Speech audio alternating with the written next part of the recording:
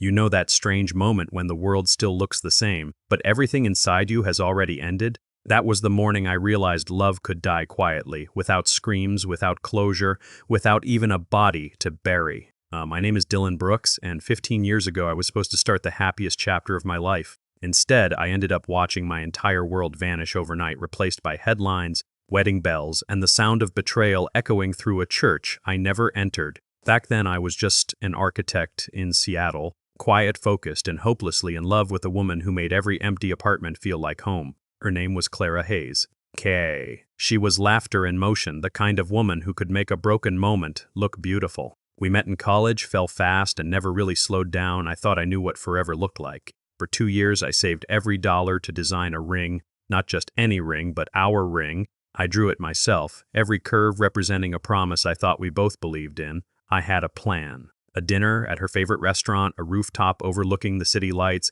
and one question that would change our lives. But love doesn't die dramatically. Sometimes it just stops answering the phone. It started small, missed calls, unanswered texts, a vague excuse about work. Then a silence so heavy it filled every corner of my apartment. I went by her place. Her car was gone. Her apartment was empty, not even a note. You don't prepare for that kind of absence. You tell yourself there's a reason, maybe an emergency, maybe a surprise. But when days turn into weeks, hope starts to rot, and what's left behind isn't pain. Confusion so deep it starts to feel like madness. I searched for her everywhere. I called hospitals, friends, old classmates. No one knew anything. Until one morning, while buying coffee at a small corner cafe, I saw it. A newspaper folded neatly by the register. A photo printed in black and white, Clara in a wedding dress, ever prosen, and standing beside her, smiling, was my best friend, Evan Miller. The headline was clear as a knife's edge.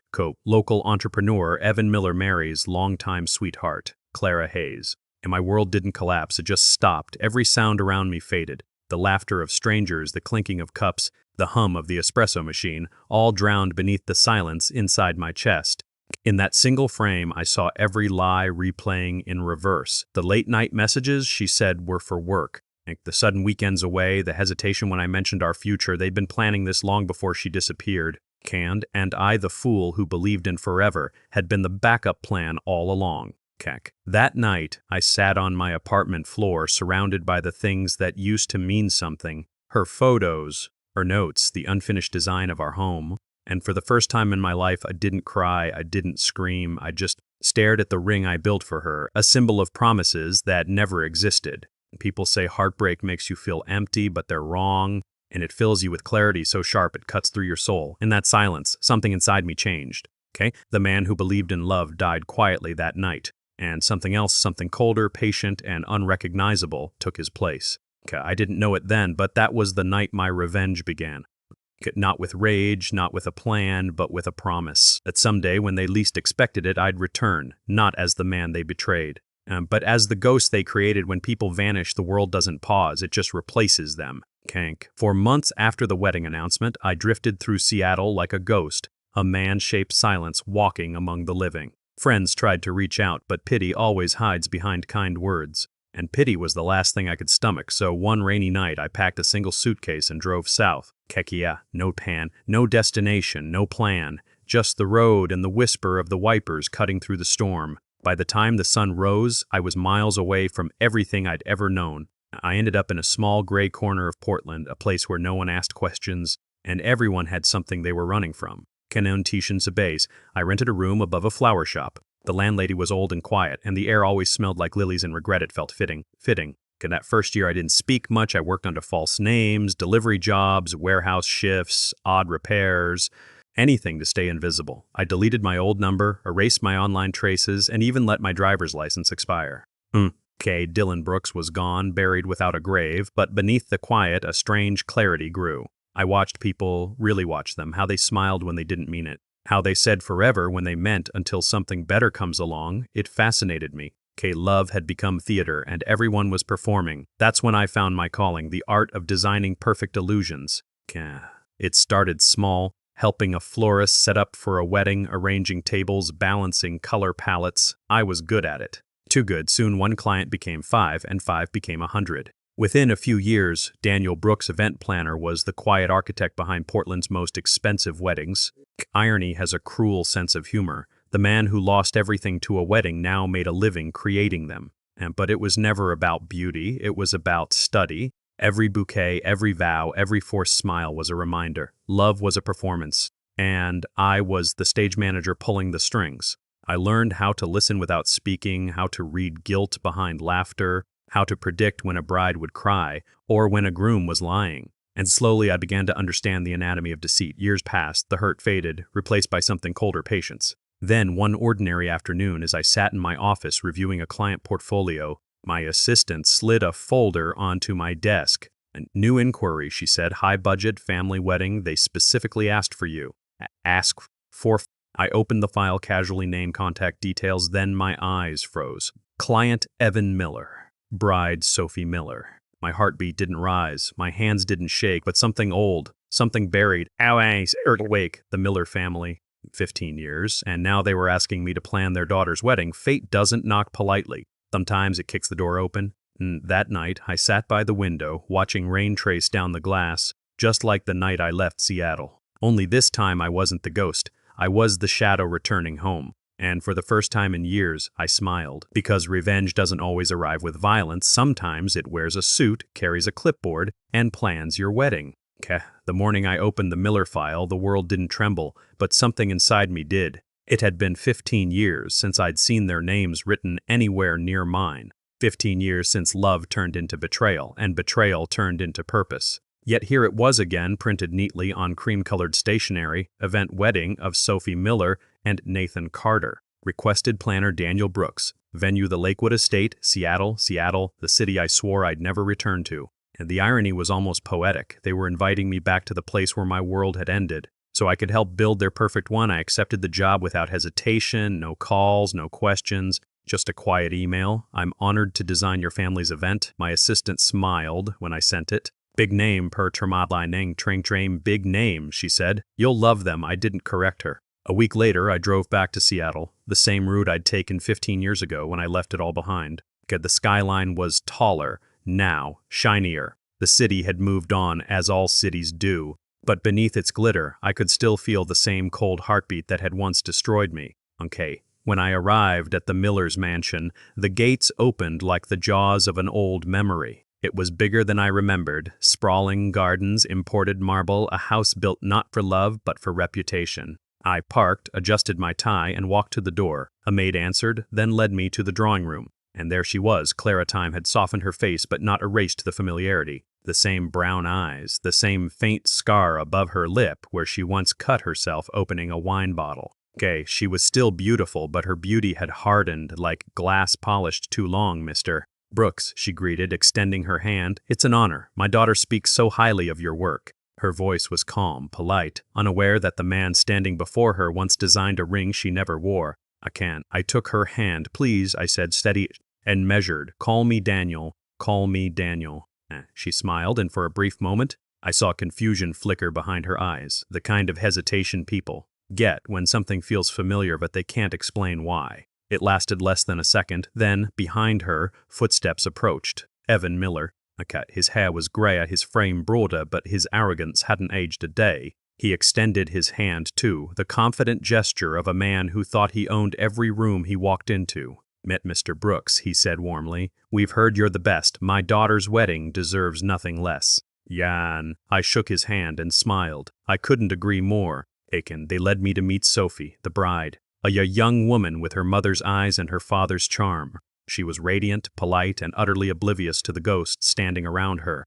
When she spoke of her parents' beautiful love story, I almost laughed. Each sentence was a dagger wrapped in silk. Every photo of their perfect family hanging on the wall was a lie cast in gold. But I stayed quiet, professional, invisible. As the meeting went on, I took notes, asked questions, and studied them like specimens. Their gestures, their tone, their carefully curated smiles. By the end of the day, I knew everything I needed to know. Evan was still hungry for validation. Clara still sought control, and Sophie, sweet, innocent Sophie, was the shield they hid behind. Before leaving, Clara walked me to the door. "You know," she said softly, "there's something familiar about you." Have we met before? I smiled gently. I doubt it, Miss S. Miller. You'd remember if we had. Okay, she laughed, but it was nervous, like her instincts didn't believe her own answer. That night, I sat in my hotel room overlooking the city I once escaped from. The lights below shimmered like tiny lies, beautiful from a distance, poisonous up close. For years, I'd built weddings for strangers, each one another study and pretense. But this one was personal. Every flower I chose, every song I planned, every guest I seated, it would all lead to one moment. Not of celebration, but of reckoning. I wasn't here to plan their daughter's perfect day. I was here to design their downfall, and I would make sure it was breathtaking. Caterchias, Planshine, and Tincatricas, the perfect plan, rain swept across Portland's skyline like a veil of ghosts, soft and rhythmic. As Dylan stood by his office window, now Daniel Brooks, the master of elegance, the orchestrator of dreams, but tonight he wasn't crafting a wedding. He was constructing an illusion, one that would look like beauty but end in ruin. He knew that revenge wasn't about fury anymore. Fury burned fast. What he wanted was precision, the kind that left no trace but shattered lives. Every client file, every photo, every conversation about the Miller wedding became a thread in a web he wove quietly around them. The Millers had no idea they had invited their past to design their future. In the world of luxury events, information was currency. Dylan started with the basics: who funded what, who owed whom, who pretended to love whom. Within weeks, he knew everything about Evan and Clara Miller. Evan, the once charming real estate agent who'd ruined Dylan's career and stolen his fiancée, was now a respected investor. His reputation gleamed, but beneath it was rot. Financial mismanagement, quiet blackmail, and a handful of silent enemies kept his empire standing on matchsticks. Clara, the woman Dylan once thought he'd spend his life with, was no longer the small-town sweetheart. She was a socialite, basking in charity events and high-end soirée, all while carrying on a discreet affair with a man half Evan's age. Her smile in public was flawless, but Dylan saw the tremor beneath it. And Sophie, their daughter, the bride-to-be, a vision of grace and innocence. She spoke of her parents' epic love story during planning sessions, her eyes shimmering with the same naivety Dylan once had. He almost pitied her. Almost. His first move was psychological. He built trust. He charmed them, listened, offered solutions that made Evan feel powerful, Clara feel seen, and Sophie feel safe. They adored him. They invited him to family dinners, introduced him to friends, and spoke of how Daniel had a magic touch. But in private, Dylan's computer glowed with a secret network of surveillance, hidden cameras installed under floral arches, micro mics placed in centerpiece bases, every document, every vendor communication routed through a mirrored server he controlled. To the Millers, the wedding was a fantasy. To Dylan, it was a data mine. Soon, he had recordings of Clara's phone calls, the secret lover's voice whispering plans for after the wedding. He had Evan's encrypted emails, the ones showing falsified financial reports and shady transfers. He wasn't going to expose them immediately. No, he would let them destroy themselves with his gentle push. By the third week, Dylan began manipulating the narrative. He deliberately forgot minor details, forcing Clara to panic and reveal her controlling nature in front of her daughter. He made Evan believe some investors were questioning his liquidity, a rumor he spread subtly among guests and suppliers. Each seed of chaos he planted bloomed perfectly. The tension between Evan and Clara grew. The wedding planning sessions turned from polite discussions into quiet arguments. Sophie, overwhelmed, sought comfort in Daniel, unaware she was confiding in the ghost her parents buried years ago. "Daniel, do you think people can really stay in love forever?" she once asked him. "Yeah," he smiled faintly, his voice calm, "only if they deserve to." That night, Dylan watched the recording of their conversation and felt a strange ache. Revenge was meant to heal the wound, but sometimes it only made it bleed slower. Still, he pressed forward. He created a new email and sent Evan one line, "Someone knows what happened in Arsène Lupin, sir. No name, no threat. Just the truth." Shadow Evan's paranoia began instantly. Dylan saw it in the man's eyes the next day, the slight twitch, the forced smile, the way his hand trembled as he signed a check. Clara noticed too, but misread it. She thought Evan was hiding something new, and just like that, the cracks widened. As the weeks passed, Dylan refined the final phase of his plan, the stage of revelation. He had prepared a private slideshow for the wedding reception, supposedly a romantic montage of Sophie's childhood and her parents' love story. But embedded between the smiling photographs were carefully timed frames, screenshots of Evan's fraudulent accounts, audio clips of Clara's affair, and a closing shot, a wedding photo of young Dylan and Clara, never shown to anyone before. It would play on the biggest screen in front of Urbit guessed the downfall would be public, irreversible. He rehearsed it in his mind countless times, the shock, the gasps, the chaos. But deep down he wondered what he would feel in that moment. Triumph, emptiness, freedom? Freedom? The storm he had waited years to summon was finally forming. And soon it would break right above their perfect little world. The countdown to the wedding had begun. 3 days left. 3 days until the Millers' empire of illusion collapsed under the weight of its own lies. The estate buzzed with florists, caterers, decorators, all under Daniel Brooks's flawless direction. But beneath the scent of roses and laughter lay something colder, unease. The kind that couldn't be explained, only felt. Clara Miller felt it first. She'd wake in the middle of the night drenched in sweat, hearing echoes of a name she'd buried 15 years ago, Dylan, the man she betrayed, the man she thought was gone forever. And yet, something in the event planner's calm voice, the intensity of his gaze, the way he noticed small details no one else did, it all tugged at an old guilt she couldn't silence. At first she brushed it off as nostalgia, then paranoia crept in. She'd catch Daniel glancing at her for a second too long, or he'd reference a town, a cafe, a song, things no outsider should know. One evening, while walking through the nearly finished venue, she stopped beside him. "Daniel," she said softly, "have we met before?" He smiled politely. "Not that I recall, Miss S. Miller." His tone was perfect, his expression unshakable, but his eyes, those calm, assessing eyes, made her heart race in a way she hadn't felt since the day Dylan disappeared. That night, Clara poured herself a glass of wine and stared into the mirror. The woman who looked back at her wasn't the one who'd once been loved, she was the one who'd learned to survive. But cracks had begun to appear even in that reflection, and somewhere behind those cracks, Dylan was watching. Evan Miller, meanwhile, was unraveling. The anonymous emails had intensified, and each one colder, more specific. You still remember Arts Henling, sure? Don't you? Does Clara know what you did to him? Debits have a way of resurfacing, just like ghosts.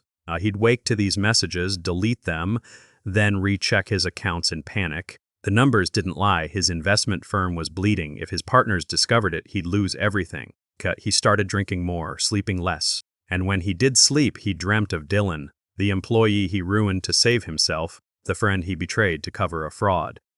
Now, 15 years later, that past seemed to breathe again. Evan began snapping at Clara during meetings. Sophie noticed. The tension was palpable, small arguments flaring into quiet, vicious fights. Every flower choice, every seating arrangement became a reason to explode. Daniel stayed quiet through it all, the invisible conductor of chaos. He'd learned the art of manipulation long ago, not through violence, but through rhythm. You never push too hard. You just set the tempo, and let people dance themselves into madness.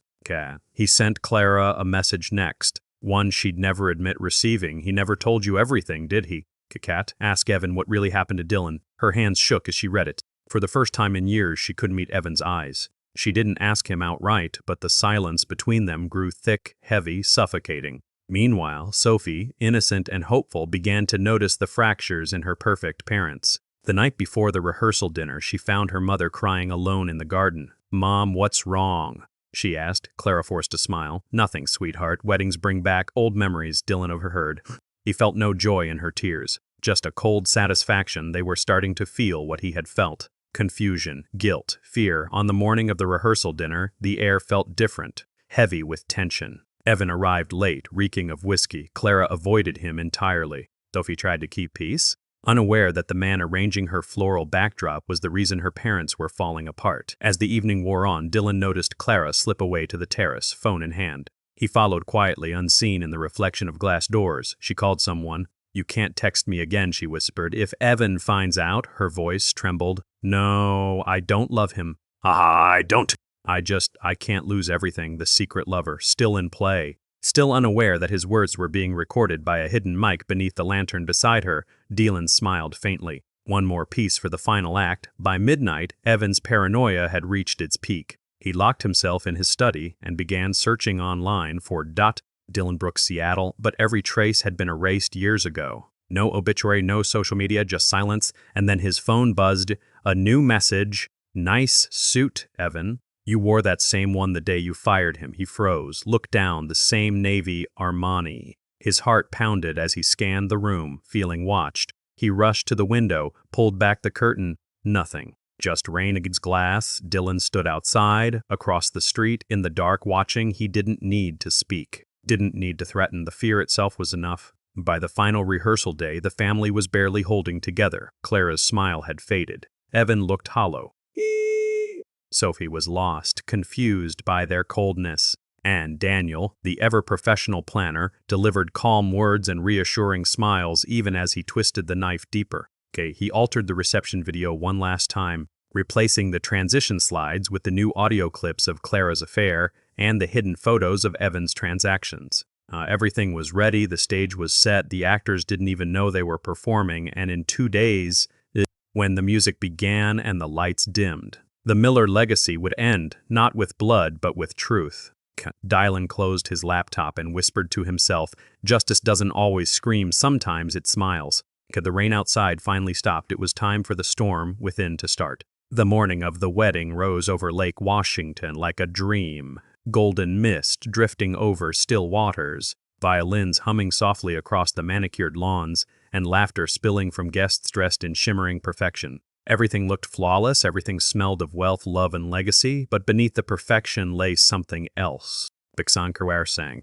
Something waiting to tear through the seams. The Miller estate gleamed like a cathedral of lies. Rows of orchids lined the aisle, candles flickered under crystal chandeliers, and the stage shimmered beneath a banner that read, "Yo, forever begins here." Dylan stood near the back of the hall, watching through the reflection of a glass door. It didn't need to be seen. His work was done. Every flower, every screen, every light had been calibrated for precision. The wedding wasn't just an event anymore, it was a confession in disguise. He looked at the bride, Sophie Miller, a vision in white lace, her smile unbroken, her faith pure. She had no idea that beneath the arch of roses her world was about to collapse. The ceremony began. Evan Miller, the proud father, escorted her down the aisle, trying to hide the tremor in his hands. His tie was crooked, his eyes were bloodshot. And Clara, in her elegant silver gown, smiled for the cameras like a woman on the edge of a cliff pretending to admire the view. The music swelled, guests whispered words like beautiful and perfect, the officiant spoke of family, of trust, of everlasting bonds.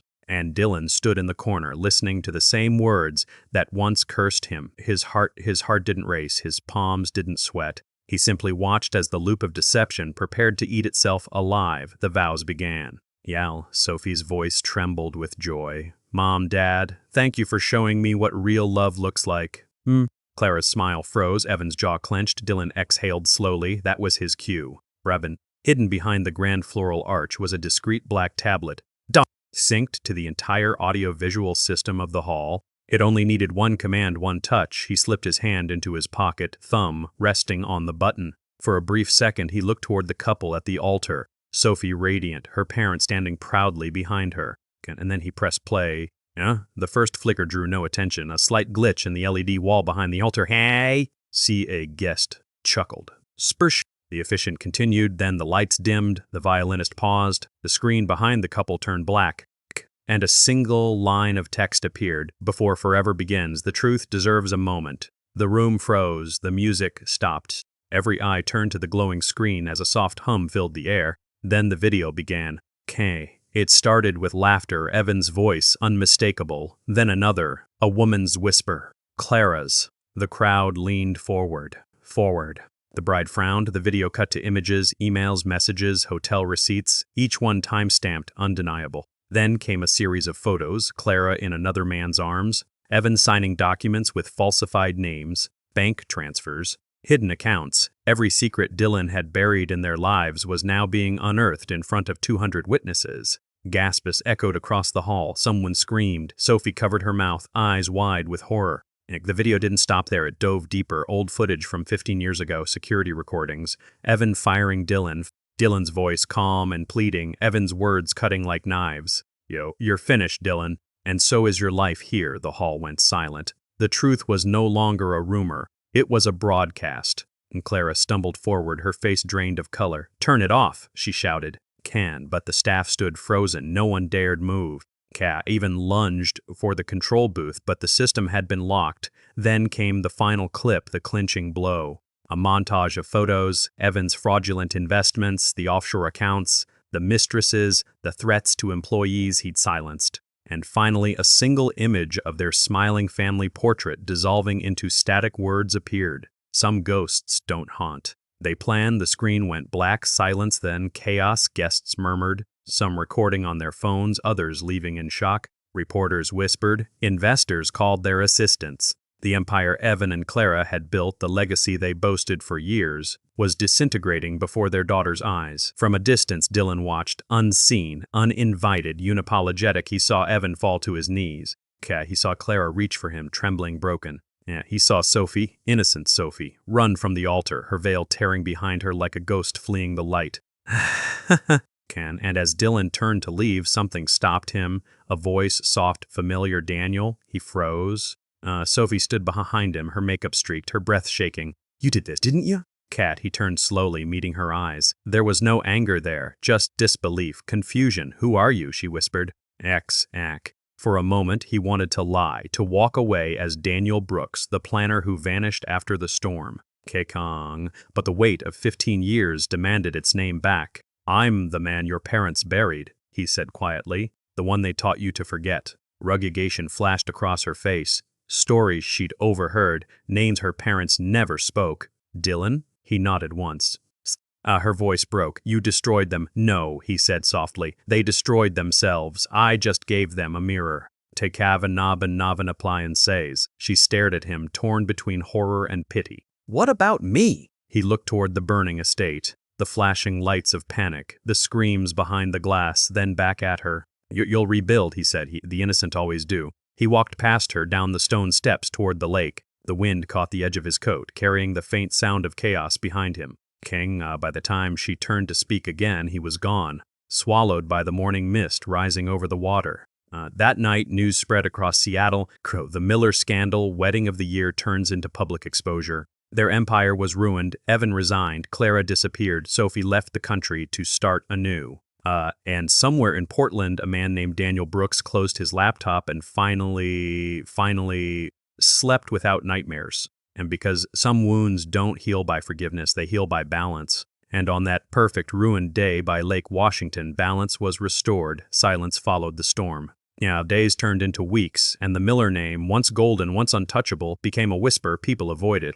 Their empire had crumbled into lawsuits, investigations, and shattered glass. Evan vanished from public life, retreating into isolation. Clara's affair became the talk of the city's social circles before she, too, disappeared. Only Sophie remained, lost between grief and truth. She hadn't reached out to anyone. The phone never stopped ringing, but she didn't answer. She stayed in her room, replaying the wedding video in her mind, the flowers, the lights, the vows. And then the darkness, the moment her family's story turned to ashes. But one question consumed her. Who was Dylan really? And why did he seem less like a villain and more like a man carrying unbearable weight? 2 months later, a letter arrived, no return address, just her name written in clean, deliberate handwriting. Inside, a single page, no apology, no justification, just words written with quiet precision. Sophie, I never meant to destroy you. You were the only innocent one in a family that took everything from me. Your father stole my career. Your mother stole my heart. They left me to drown in a silence no one could hear. When I built your wedding, I wasn't planning an event. I was building a mirror. I wanted them to see what they'd become, to face the truth they buried for 15 years. Revenge is never victory, Sophie. It's an ending disguised as justice. But endings bring peace, and peace is all I ever wanted. You once said in your vows that real love is built on truth. I hope you still believe that. They took my wedding, so I took theirs. Dylan Brooks. She read it again and again, each word sinking like rain into soil. There was no anger in it, no pride, just the exhaustion of a man who'd carried pain for too long. She folded the letter carefully and slipped it into a drawer. For the first time since that day, she cried, not for her parents, but for him. And far from Seattle, in the quiet mists of the Pacific Northwest, Dylan stood by the same lakeside where he'd once planned to propose, the same spot where he'd dreamed of forever, before forever betrayed him. The wind was cold, carrying the faint scent of pine and water. The world around him was still, almost sacred. Kate, he closed his eyes, remembering Clara's laughter, the promises, the lies, the years of rebuilding himself into something colder. He thought of Sophie too, her innocence, her eyes when she realized who he truly was. He didn't feel guilt, just finality. Some stories don't end in fire or blood. Some end in silence when the ghosts finally stop whispering. He reached into his coat pocket, took out an old photograph, a faded picture of him and Clara by the Seattle pier, smiling at a world that no longer existed. He let it fall into the lake, the ripples swallowing it whole. The sky was beginning to brighten, soft gray giving way to pale gold. He whispered, almost to himself, they took my wedding, so I took theirs. And with that he turned away, his reflection dissolving into the morning mist, walking down the narrow path until the fog erased him completely. No one would ever find him again, not as Dylan, not as Daniel, just a shadow who had finally danced his last waltz with pain. The story of his love had ended, not with applause, but with quiet balance.